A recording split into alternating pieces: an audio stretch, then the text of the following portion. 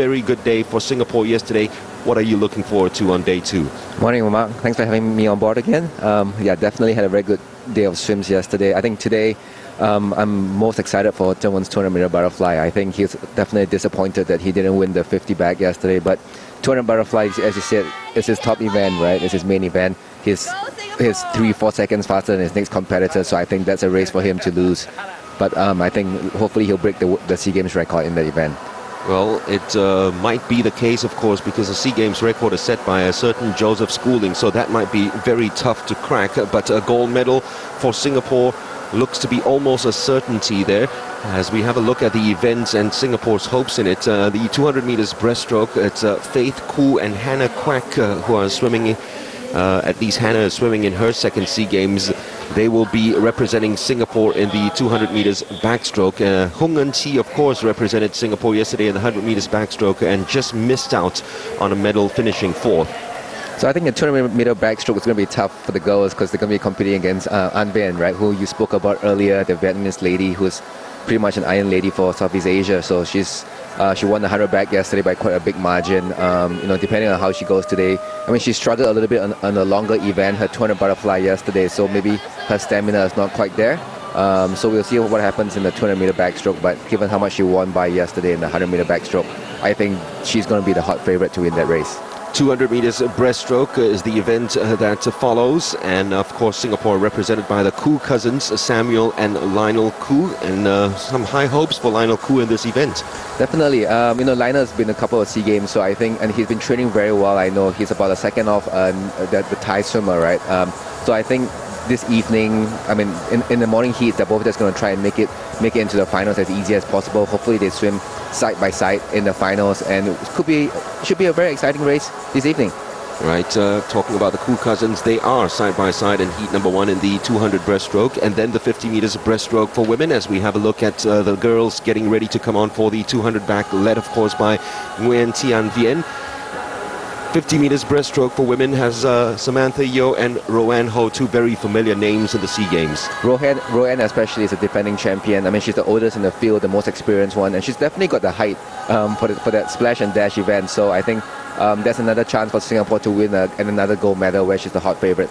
And the 200 meters butterfly, we talked about Kwa Tung Wen being the hot favorite there, 3.95 seconds ahead of the rest of the field in Southeast Asia this year. There's also a certain Ong Jin Yi in the field, and then the 400 meters freestyle for women to round things off for the heats on day 2 of competition, leading up, of course, to the grand final at 7 p.m.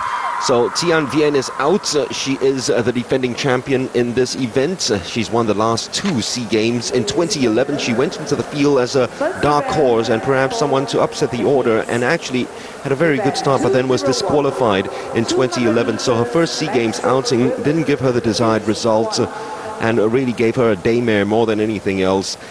This time around, though, since then, 2013 onwards, she's already chalked up 12 gold medals, her 12 coming last night in the backstroke event as well, in the 100 meters backstroke. So she'll be the lady to look out for, looking to win 3 in a row in this event for the first time since 2005, when Chonathon Vorathamrong won the last of her 4 in a row. The 200 meters backstroke, heat number 1 for women.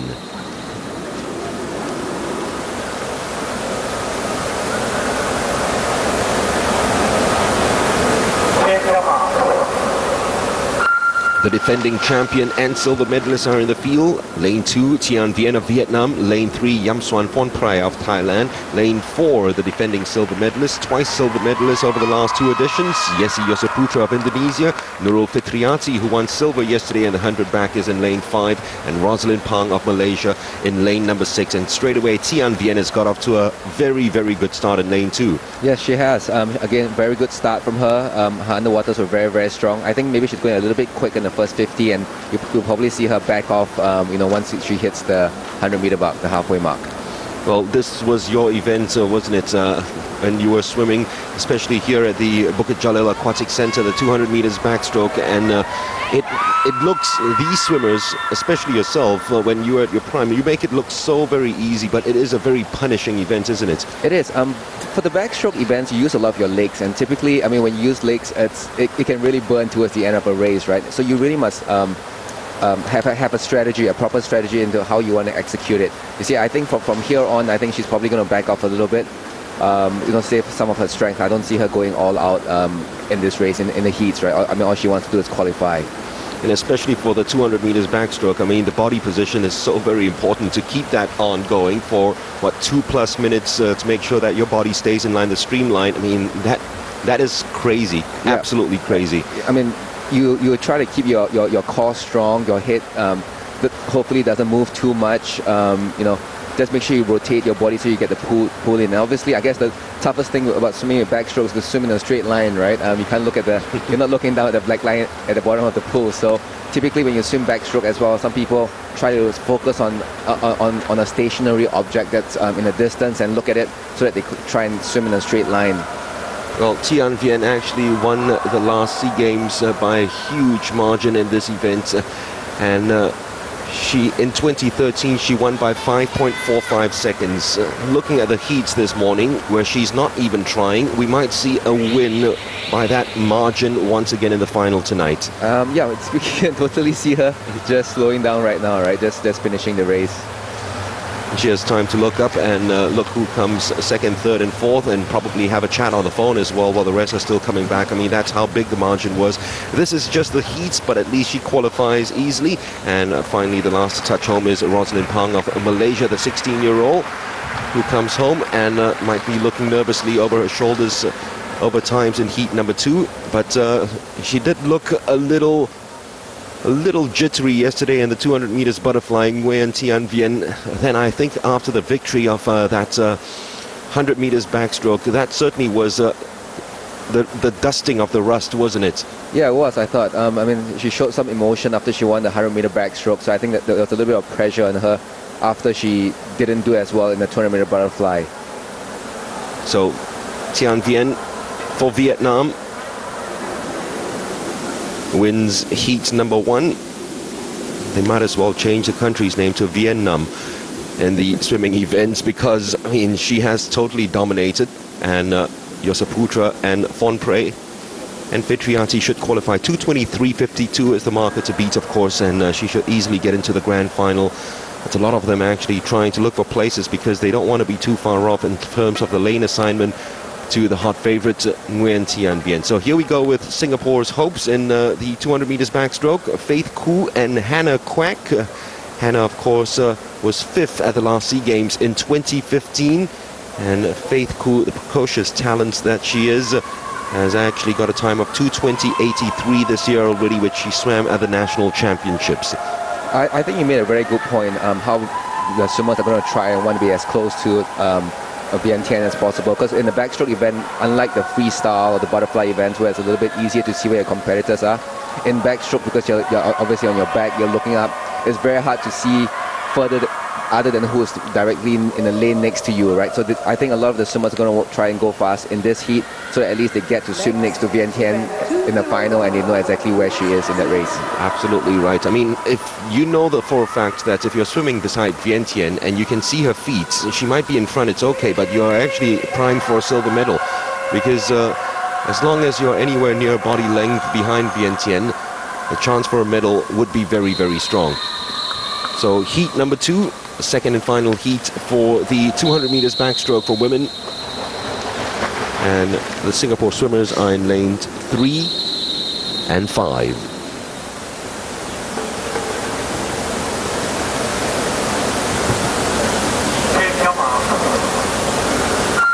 That's the figure of Roxanne Yu in lane number 4. She finished 8th yesterday, disappointingly, in the 100 meters backstroke, and she was 3rd in this event back in 2015. She's in lane number 4. Another Filipina is in lane number 2, Nicole Oliver, who failed to qualify for the 100 back yesterday. Faith Khoo, of course, in lane number 3.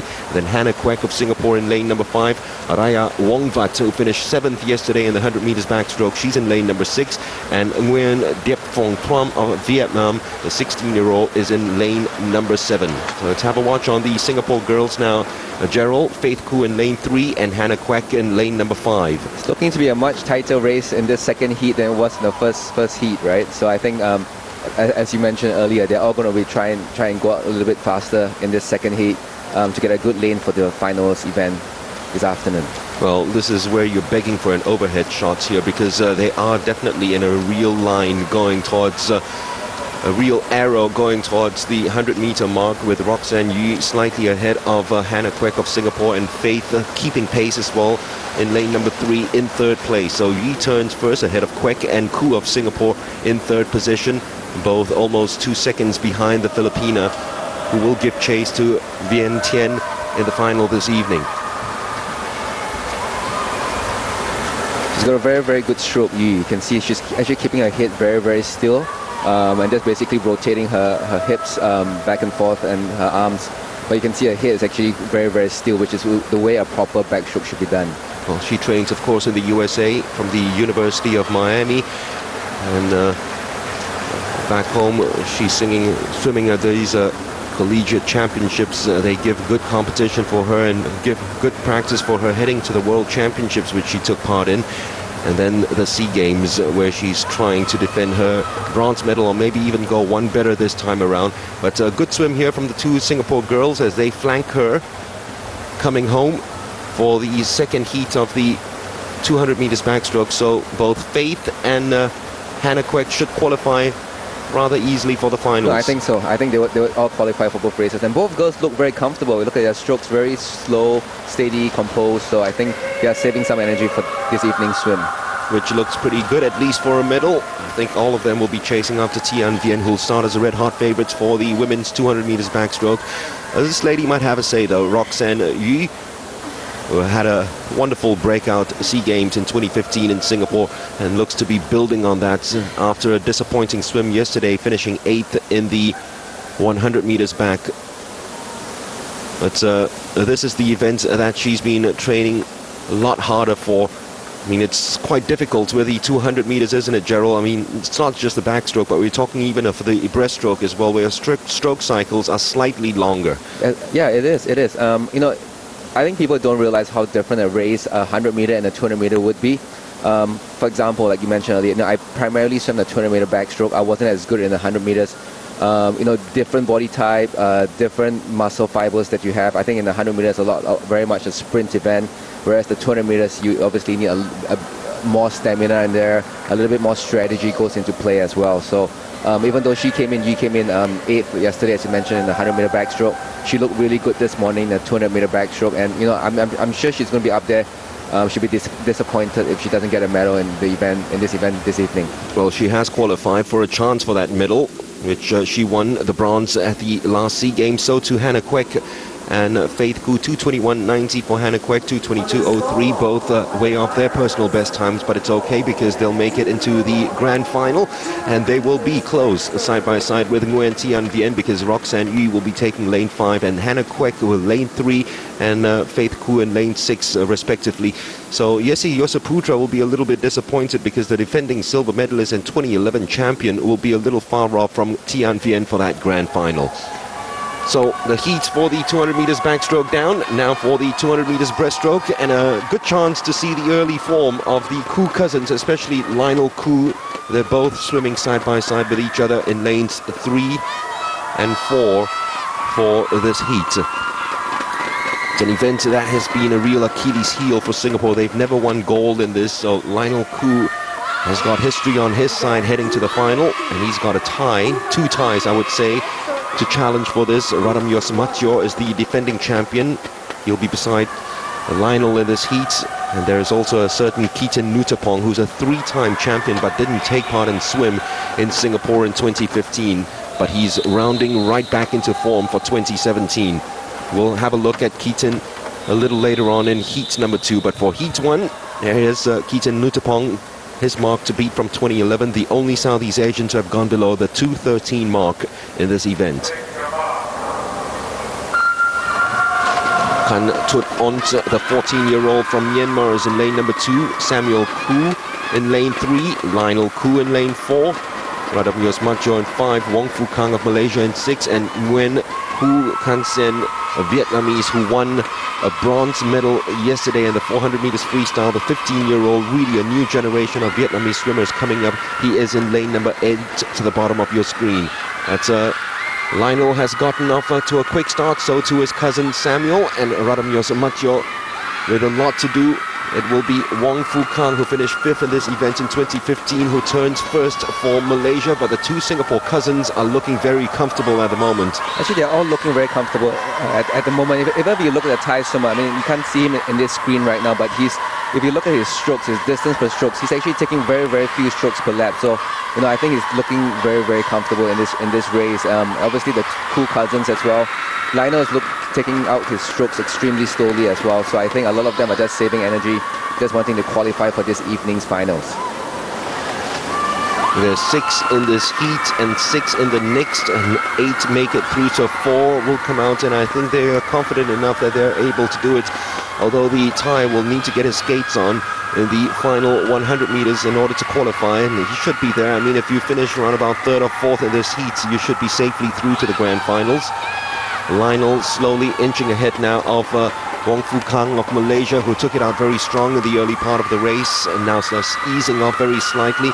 Well, the Thai Radomir Smadjo has actually got a challenge coming on as well from Nguyen Hu Kin Son on the outside lane. So it might not just be an assured place. The caveat has been thrown down already. And you can see as well Wong Fu Kang, the moment he turned, first thing he did was to look across his shoulder to his left to see how much he had to do for this final straight. Yes, he did. I mean, he took it out a little bit quick, and now you can see it. The Thai swimmer is coming back up. It was quite easy to tell on his first 100, right? He looked like he was taking it really easy, and no surprise now that the Thai swimmer is coming back up. I mean, he's quickened up his strokes a lot more compared to the first lap, but I mean, the top 3 in this race will make it very easily into the finals. Lionel will top it, Radomir Smadjo in 2nd spot, and then Nguyen, how about that final swim for him? Coming back, Wong Fu Kang of Malaysia might be a little worried now, see whether he's going to miss out on the spot of the final. Samuel Khoo's also going to be looking over his shoulder, but Lionel it is, who dips below 2:20 in what was a very comfortable swim in the heats, and you'll be pretty happy with the time, seeing how much he saved, especially in the early stages of this race in terms of his stroke cycles. Much longer strokes that he took along with Radomir Smadjo, and even with that he dipped below 2:20, so he should be pretty happy with it. Yeah, I think he looked very comfortable. I mean, he didn't look like he was panting at all after that race. Although I think a lot of it is psychological as well. They're trying to play a mind game with the competitors, right? In the morning heats, you don't want to look like as if you took too much hard work to get that time.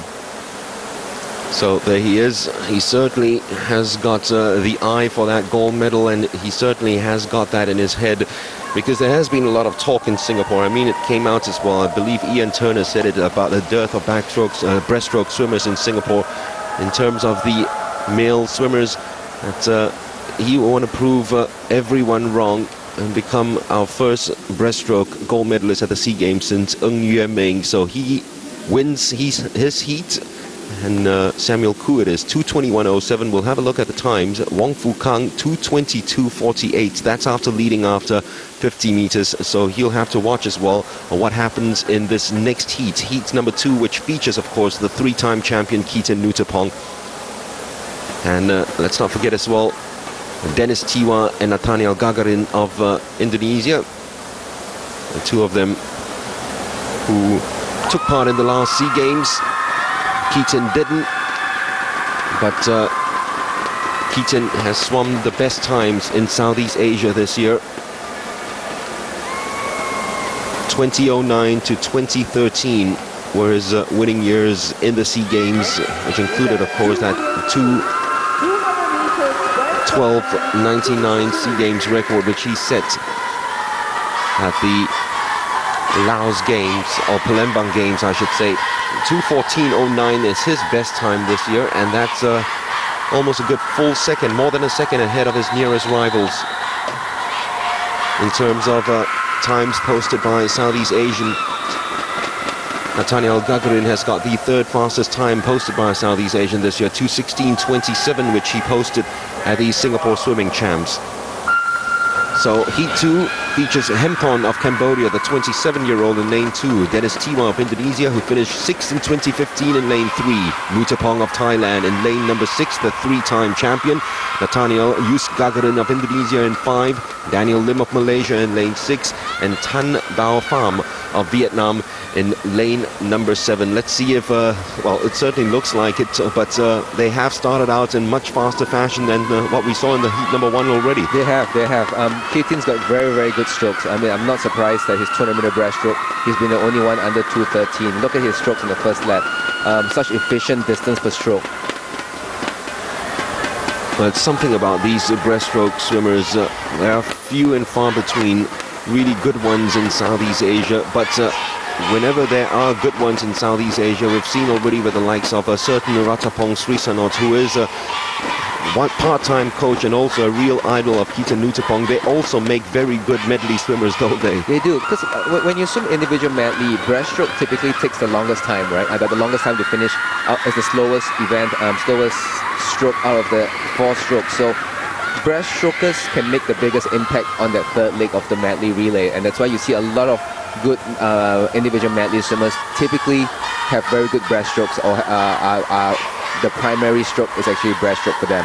Absolutely right. We've seen Nuttapong actually dominate the individual medley, and then over the years it's Ratapong Srisanot. We've also seen Malaysia Xiao Yiting dominate as well. I mean, they're all breaststroke swimmers and pretty good at it, and they usually come home with gold medals in the individual medley as well as the breaststroke events.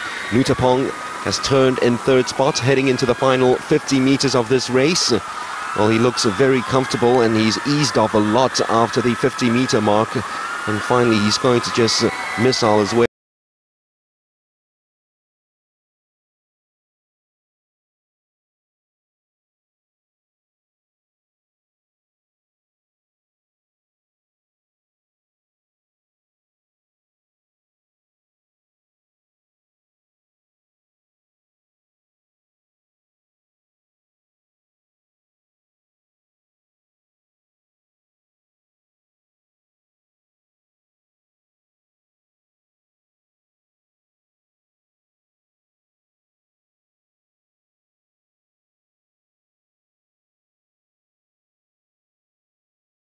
He is young, and he, as I said, belonging to a new generation of Vietnamese male swimmers that the coach of Vietnam has said will make a huge impact in this region in the next couple of SEA Games. It might start at these SEA Games, you never know. Paul Le Nguyen, of course, yesterday already winning a couple of bronze medals, and then Huson winning a bronze medal too. So it could be this SEA Games that we see the Vietnamese young male swimmers come into prominence, and we might see the name of Pham Tam Bao in the medal positions at the end of the day in this 200 meters breaststroke, because he has qualified as the fastest swimmer from the 2 heats this morning, although he probably gave it about 90 to 100% of his energy, whereas the likes of Lionel, Nuttapong and Radamius Madjo had maybe about 2 or 3 gears left in them. Yes, I think that's a very good observation. It looked like he was taking it out. His strokes, he wasn't. I mean, his strokes were fairly quick in that race. You know, I think he was doing, for every 3 strokes that he was doing, Kee Tin was doing 2 strokes, right? So you could just see the difference in the distance per stroke that these swimmers were having. So the qualification for the final, and well, it's unfortunate that Lionel's cousin Samuel Koo is going to miss out on it, but Samuel is someone who actually prefers the shorter distance of the breaststroke event, so he'll be looking out for his opportunity in the 50 and 100 meters. But Lionel will qualify as the 4th fastest swimmer, and he won't be too far away from Nuttapong, and it comes to the final reckoning a little later. Now the shorter breaststroke event and the 50 meters breaststroke for women.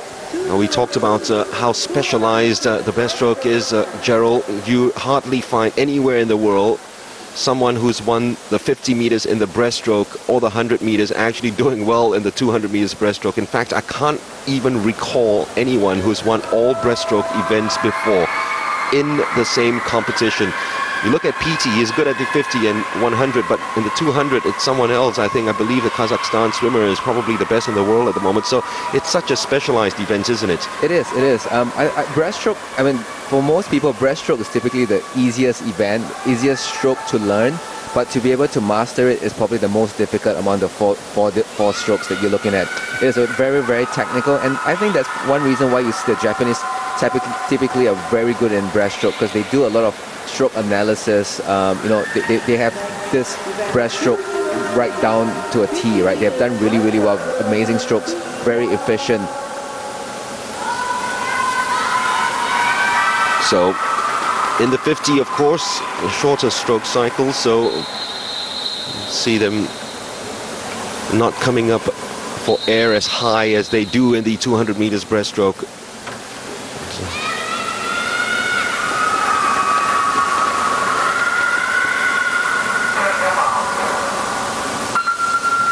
Roanne Ho is the record holder, and she'll be featured in the next heats. But for Singapore, Roanne, of course, and Samantha Yeo will be swimming side by side for the Malaysians. Their hopes go in this heat in lanes 4 and 5. Fee Jing'en and Erica Kong. And it's lane number 4, Jing'en, who's slightly ahead of Janjira Srisart of Thailand, and Erica Kong. The three of them will make it 1, 2, 3, of course, and qualify for the final, I'm very sure. Jing'en finished in second spot just behind Roanne Ho at the last SEA Games. And she looks in pretty good form in heats number 1, just ahead of Erica Kong and Janjira Srisart. It's so different from what we saw earlier on in the 200 meters breaststroke. I mean, as I said, it's not going to be as high and it's not going to be as long. It's a lot more aggressive, a lot more choppy. Very interesting to see the different races. I mean, the different kind of strokes, right? The race that we saw right before this, where they were just going for distance per stroke, maybe taking 20, 25 strokes per 50, and then this one, basically that stroke rate, the turnover is just a lot quicker. And a lot of it with the breaststroke as well as rhythm. I mean, I remember having a chat with a certain Cameron Vanderberg, who probably was the best breaststroke swimmer in the 50 and 100 for a good decade, and he was just saying whenever his rhythm is off in terms of his pulls and kicks at the same time, that's when he just loses it, no matter how strong he feels. But that race is just lost. It's all about rhythm in the backstroke, in the breaststroke, and that's the reason why a lot of people just find it so very difficult to compete in any breaststroke races around the world. And that's the reason why you see also some results just being turned over and surprise results being shown around the world in the breaststroke events. It is. I mean, it's hard to coordinate, right? People think it's easy, but it's actually very hard to coordinate your breaststroke and your hands and your legs during a breaststroke race. The timing needs to be perfect when you bring your legs in and when you throw your hands forward. It's really a science. Absolutely right. Which, of course, Gerald said earlier, and I totally agree with, the Japanese has got it right down. And Roanne, you talked about her height. She is almost a head taller than the rest of the field. Walking out for heat number 2 of the 50 breaststroke. She has swum 31.66 this year, and the only one in Southeast Asia to dip below 32 seconds. She's been dipping below 32 seconds regularly, and that includes her SEA Games record of 31.45 she set in Singapore in 2015.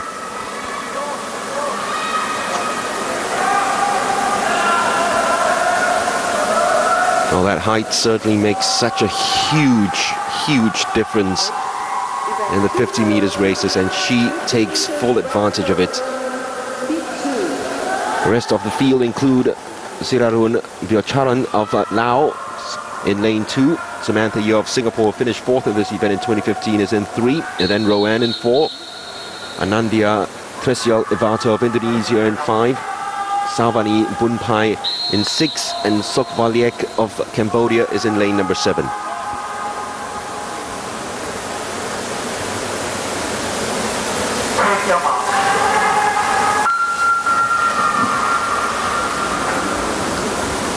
Cambodians a little too deep with that dive, of course, and you see a huge difference already between the powerhouses in swimming with that breakout. The Singaporeans and the Thais are so much used to competition, whereas the Cambodians and the Laotians way off the pace straight away, as Roanne Ho now eases up, heading towards the wall, slightly ahead of Samantha Yeo of Singapore, and then Ivato of Indonesia in 3rd spot.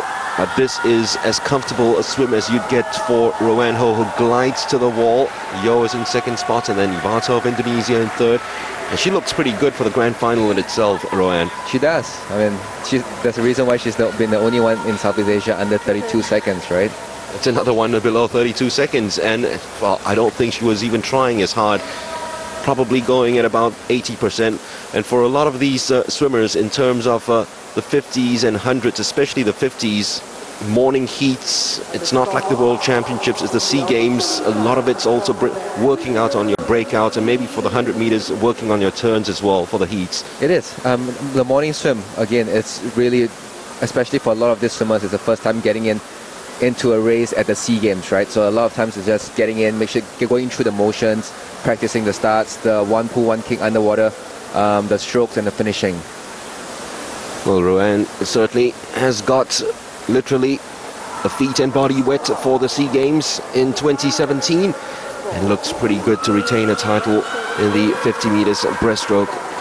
The women's team just certainly look like happy campers throughout these Sea Games. We saw it yesterday already in day number 1 for Team Singapore, and Roanne's continued that happy mood and happy form into day number 2.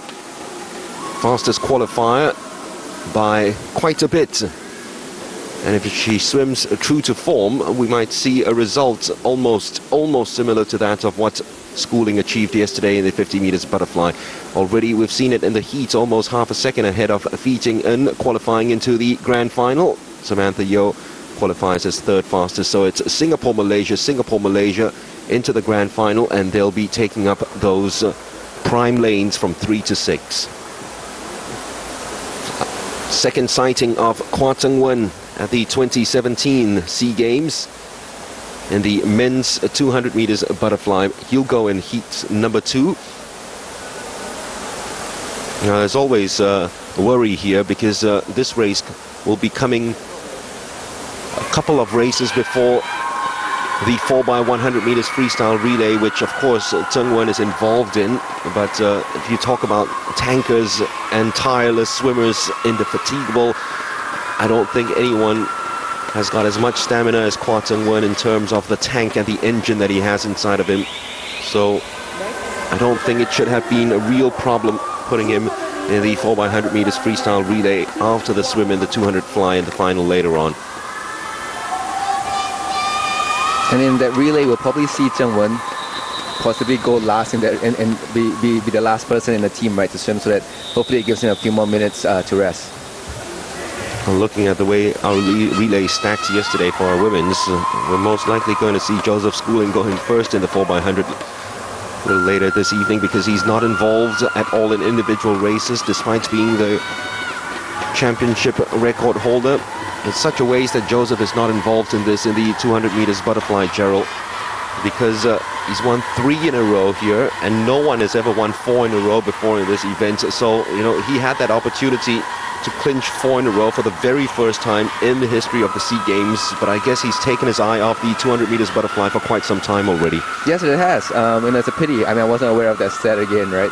No one winning the race 4 times. But I think Joseph has his eyes on the shorter events now. I mean, given we spoke about this a little bit yesterday, how his body composition has changed. He's a lot more powerful. He's been doing a lot more weights. He's a little bit heavier now with a lot more muscle. So I think the shorter distances, the 50s, the 100s, suit him a lot more. So while he has given up this 200-meter butterfly, he's taken on some of the shorter events like the 50 freestyle, the 100-meter freestyle.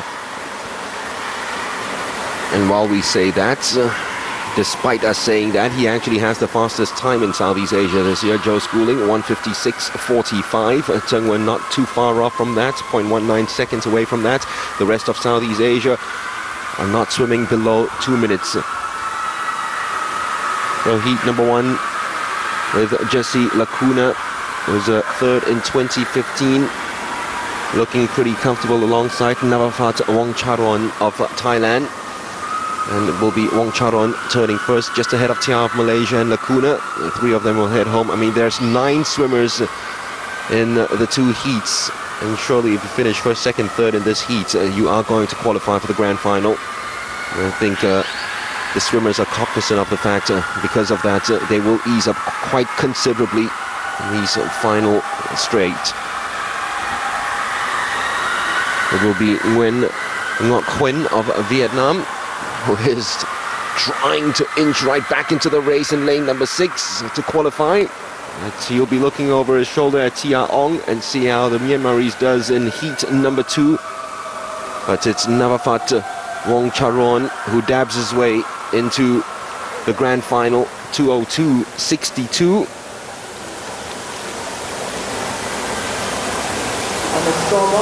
And that is very close to his fastest time this year.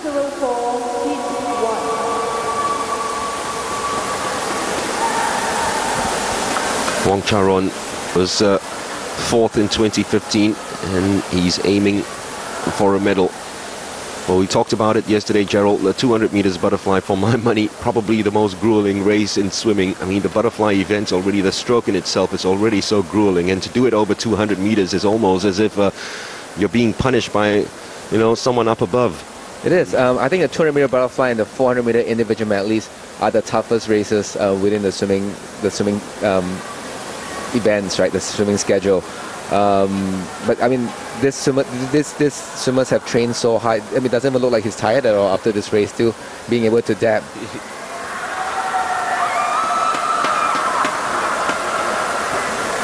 Kwon Tung-won all set and ready to go and say, all right, you can dab all you want. Let's have a look at what happens this evening and whether that dab's going to still be on. So Nguyen Ngoc Huynh of Vietnam, 2:04.97. We'll have a look at the times for heat number 2 to see whether 2:04.97 is good enough to make the grand final.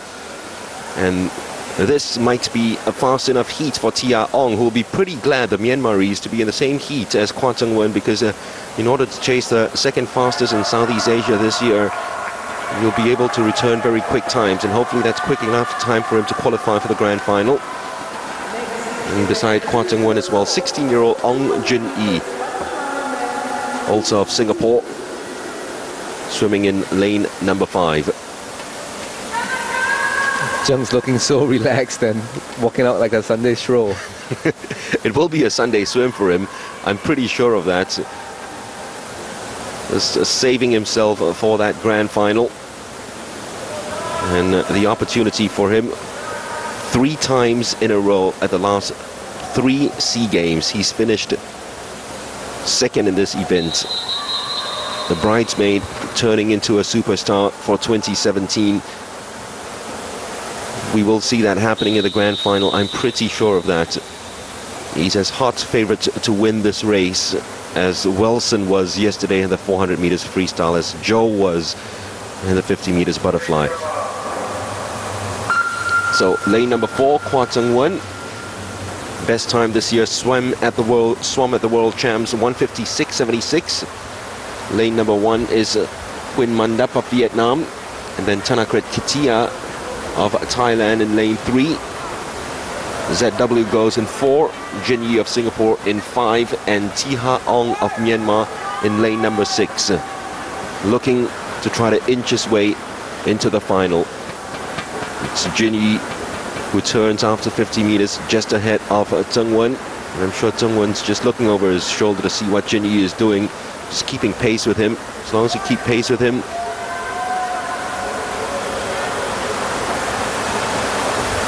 look at those stroke cycles, Gerald. It's almost as if he's not trying here, because this, just like Joe was yesterday in his 50 butterfly heat, is gear 0.5. It is gear 0.5, and you see how Chen uses the walls. He's going to make use of the whole 15 meters. He's going to stay underwater for a fairly long time.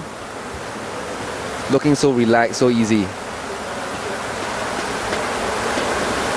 Looking over his shoulder once again to make sure that he doesn't get way too far ahead, not just off the field, but off himself as well.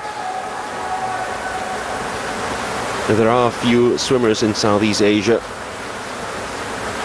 who bounce off the walls with perfect streamlines.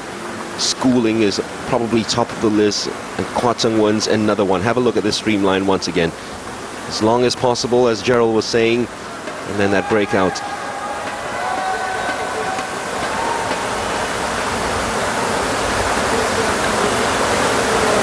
Well, you talk about a Sunday stroll. This is what has been on a Tuesday morning for Kwon Tung-won.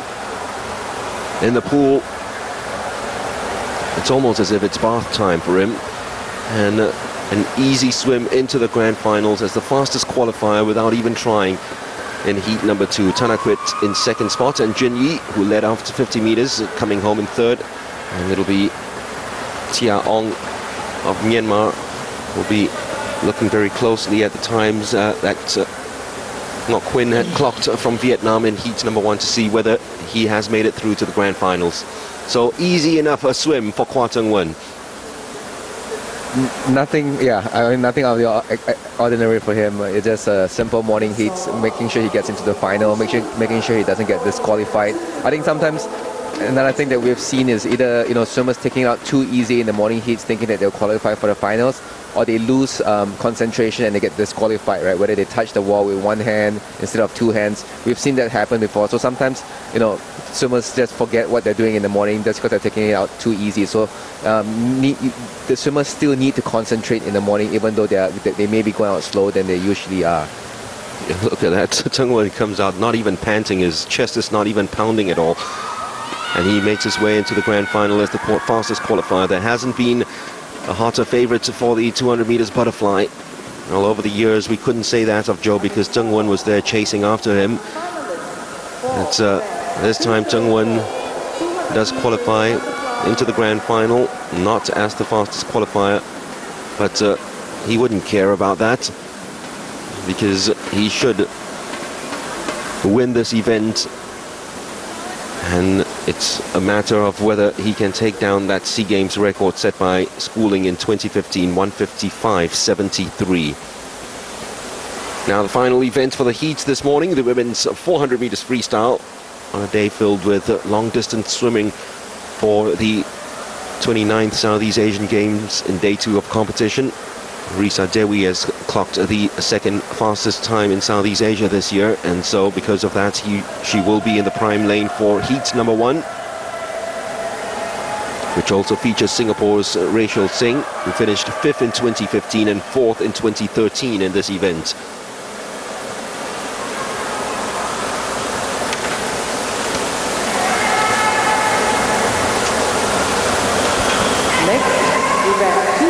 That's the SEA Games record set in 2015 for 8:66. Nguyen Thian Vien, who won this event at the last SEA Games by 9.13 seconds only.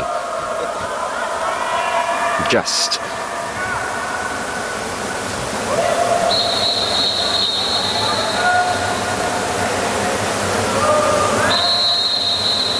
Do they need those photo finish cameras for that race in 2015, I wonder. Thian Vien was the biggest winning margin since 1985. And she will be hot favorites once again for the 400 meters freestyle. Singapore hasn't won this event since 1993.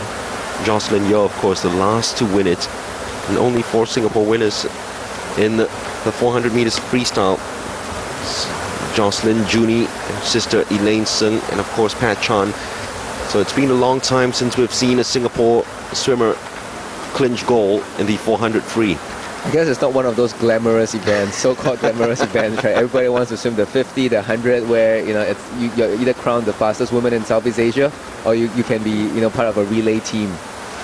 Yeah, I was actually talking to Mark Che about it, Gerald, and you know, we were talking about what a great impact someone like Sun Young has on this race, because Sun Young, despite the fact that he's a long-distance swimmer, he has all the arrogance of a sprinter, doesn't he? I mean, he comes in, he spits in your lane, he just walks in front of you, you know, he's got all that trash talking going on here, and sometimes it's good just to get long-distance swimming back on the map again. Yeah, it does. I mean, the focus at every competition is whether it's track and field or whether it's swimming, as you know, who's the fastest person, and that's typically the shortest events, right? So yep. I mean, like you mentioned, Sun Yang, yeah, he's notorious for some of the things that he does while at the pool. He pisses people competitors off, but that's what makes the news and makes it a little bit more interesting, more exciting, make him a little bit of the bad boy of swimming. Yeah, right? Exactly. He's turned some people into long-distance swimmers wanting to be like Sun, but right again, you know, back at the SEA Games, you know, Singapore probably, we haven't seen that in the 400 meters freestyle for men's. Our last winner was perhaps, if I remember back and recall, 2005 Lionel Lee. Other than that, we haven't really had winners in that event either. So the 400 meters freestyle for men's and women's, we haven't had SEA Games winner for the longest time now. Rachel Singh, though, in heat number 1 was in the lead for the first 100 meters of this race, and she will cede that lead now to Risa Dewi of Indonesia, who will turn in first place ahead of Himatongkom of Thailand and Singh in third position. Easy swim it has been for Resa Dewi. Going at what, 73 strokes per minute for the first half of this race. We all know that she usually goes around 78 to 80, so even the stroke rates are not as quick for the leader as it usually is. Leti Mitau of Vietnam, silver medalist yesterday in the 200 meters butterfly, is really struggling in lane number 2 at the moment to stay with a field led by Resa Dewi. Amiga Himantongkom of Thailand, just making sure that she keeps pace with Resa. It's a question I always ask swimmers, Gerald, in terms of the 400 meters freestyle. Do you actually change the way you swim or you breathe knowing who you're swimming against? Because I think I have known a couple who have done that, but sometimes, you know, if you have a look at it, Himantongkom can now actually see Resa, and the way Resa is breathing as well, she can see Himantongkom, and it helps with how you're pacing yourself, especially in the heats. I think so, yes. You know, especially in the heat, some swimmers tend to only breathe on one side. Like for example, for me, I prefer only doing one side. But you know, in a longer race, you can change your strokes a little bit to make sure you look at both sides. Especially in the heats when you're not going all out, right? You can look around to see, you know, where your competitors are. So yeah, I mean, look at it.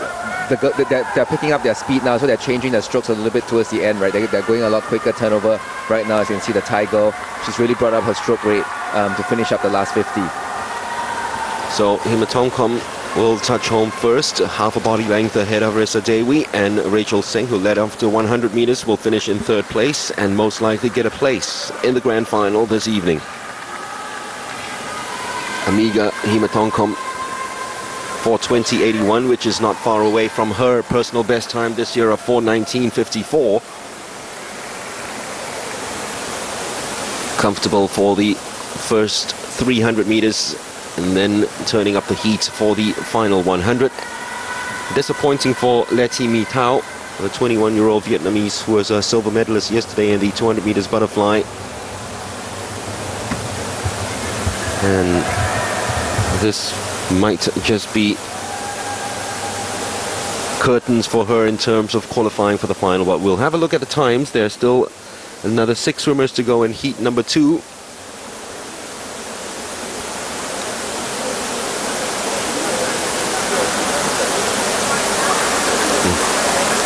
Resa Dewi, in her 4th SEA Games now, has actually got the 2nd fastest time in Southeast Asia this year when she swam at the Singapore Nationals, 4:17.92.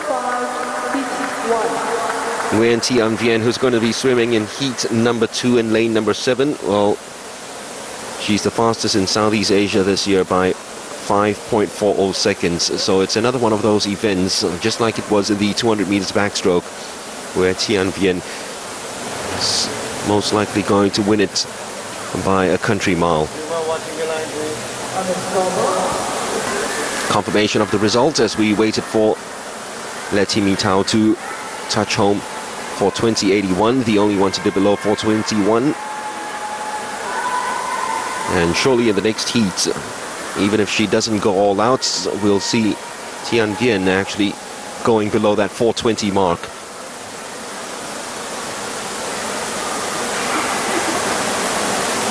Her SEA Games record, 4:08.66, by the way. She's the only Southeast Asian to go below the 4:10 mark. Because before that, the record was held by Koo Chai Lin in 2009.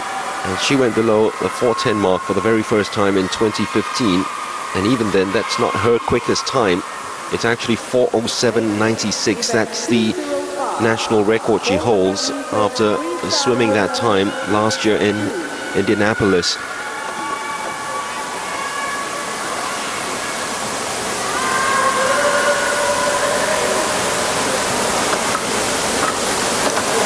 Nathanan Junkrajang, gold medalist in 2011, is in the field as well. She's in lane number 5, so too Singapore's Gan Ching Hui. was dipped below 420 this year, 419.61, which she clocked at the National Age Group Champs in March. She is in lane number 3.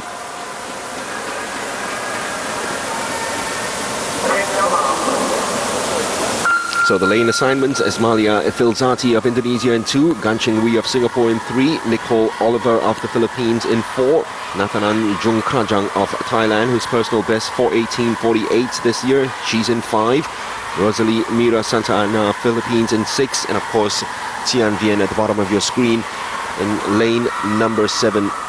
It's another one of those races where you just don't see anyone coming close to her. It'll be interesting to see how Tian Vien does, because I'm not sure about what happened again in the 200-meter butterfly yesterday. We thought maybe it was the stamina wasn't there. So this 400-meter freestyle obviously is a distance event. So we'll see how her stamina plays out today. I know the Vietnamese officials, especially her coach, wasn't too happy with the way the events were scheduled right here, because it does not play into her hands at all. It's very disadvantageous to her. I mean, you're talking about the 200 meters backstroke and then the 400 meters freestyle on the same day. And yesterday she had the 200 fly and 100 meters back. But having the 200 back and 400 meters freestyle on the same day, I mean, that does things to your mind and body. It does. I mean, it's a very tough double, but that's typically what happens, you know, when a host country arranges the events. They have the priority in terms of how they want to schedule the events. And obviously, that the host country is going to schedule the swimming events according to where their swimmers, where their best swimmers are, have the best chances of winning the gold medal. Well, she trains superbly hard in the USA. In fact, there have been reports saying that even when the whistle is blown and the swimmers are supposed to get out of the pool, she refuses to leave. And even when she leaves and everybody's heading home, she heads to the gym. So as a lady who loves hard work, she loves punishing her body. We talked about it yesterday in the finals, Gerald. How much can your body take? It's not just about you and your head saying, I want to work out, but it's how much your body can take too. It is. I mean, rest and recovery is just as important as training. I think some swimmers, some athletes train way too hard, right? But I mean, rest and recovery, making sure that you're able to recover for the next training session, for the next race, it's just as critical. The story of this Viet vessel is a beautiful one, isn't it? From the way she started out from a young girl, her grandfather used to take her out into the rivers, just throw her in and say swim, because she lived so close to it. He was afraid that she would drown as a young kid, and so she swam, and the grandfather would just swim miles ahead of her, so she had to play catch up with him. And the next thing you know, she was spotted, and they said, you know what, she's actually got the body for a top-class swimmer. So at 9 years old, she went up, and right then already the Vietnamese clubs were watching her. She swims for the Vietnamese army these days, but the clubs were watching her since she was 9 years old. And at the 2011 Seagame, that's when the Vietnamese coaches said, look, watch out for this lady, Nguyen Thi Vien, because she's going to take Southeast Asia by storm. We didn't see it in 2011, and we thought it was just a whole lot of you know, a whole lot of rubbish coming out of the Vietnamese officials. But boy, has she taken the Southeast Asian stage by storm since 2013 onwards. Yes, she has. And I mean, kudos to the Vietnamese Association. I mean, they've really put a very, very strong team behind her. I mean, she's got a coach, she's got a strength coach, she's got a nutritionist. You know, when she travels, she's got an entourage that follows her, right? So obviously, the association has you know, spotted her as a talent, and they're willing to put the necessary resources to support her to make sure that she's successful in her races. Well, she actually has 2 coaches. Have you ever heard of that before? Having 2 I mean, one foreign coach in America, and then after that, of course, that same coach from Vietnam who travels with her to America coaches her when she's back home in Vietnam. So 2 coaches, and I think yeah, and the 2 coaches definitely have to be, you know, talking to one another to make sure that her training isn't disrupted, or they're not working on different things at the wrong time. So I'm sure the Vietnamese coach and the American coach, they constantly are in communication. And I think we've seen that as well with Joe Schooling, right? I mean, he's previously he had Sergio Lopez here in Singapore, and then he had Eddie Reese in Texas, who's his coach in the US. And we know that Eddie and Sergio talk a lot. They're very close, and I think that's critical in terms of how they plan the training throughout the year for Joseph Schooling. Well, Tian Vien will win this heat, and as we expected, go below the 420 mark, 4:18.99, not even pushing herself, and that 4:18.99 is good enough actually for the 3rd fastest time in Southeast Asia this year. She's already clocked 4:11.52 this year, And immediately she heads out in typical Nguyen Vientiane Tien way.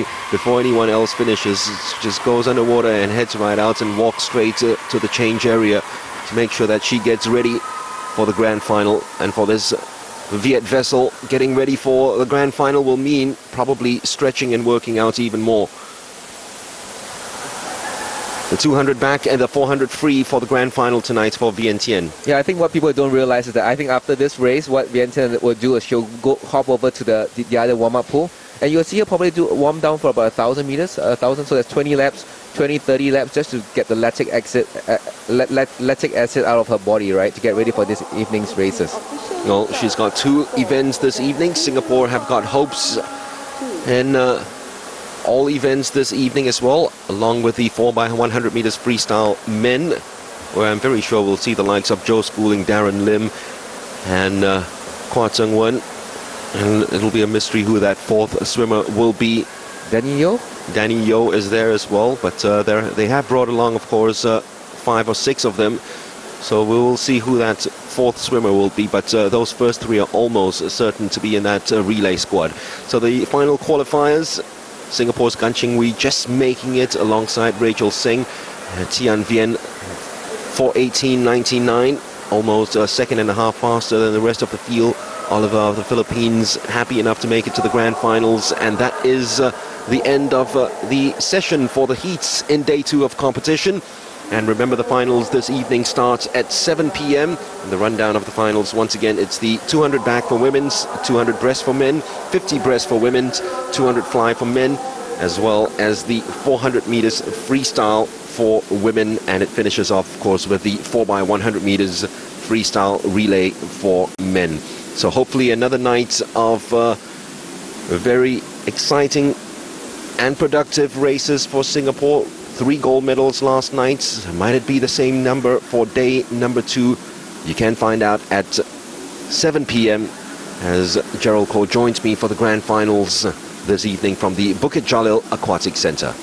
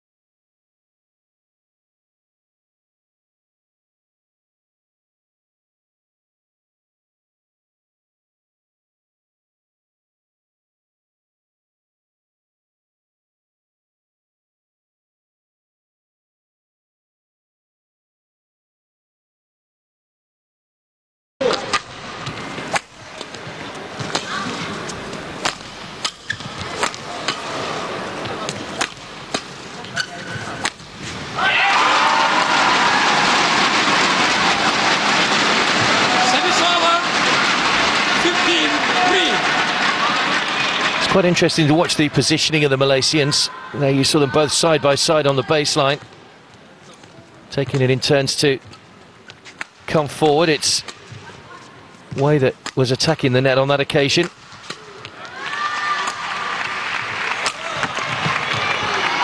Another deep smash forces the error from Myanmar. So 17.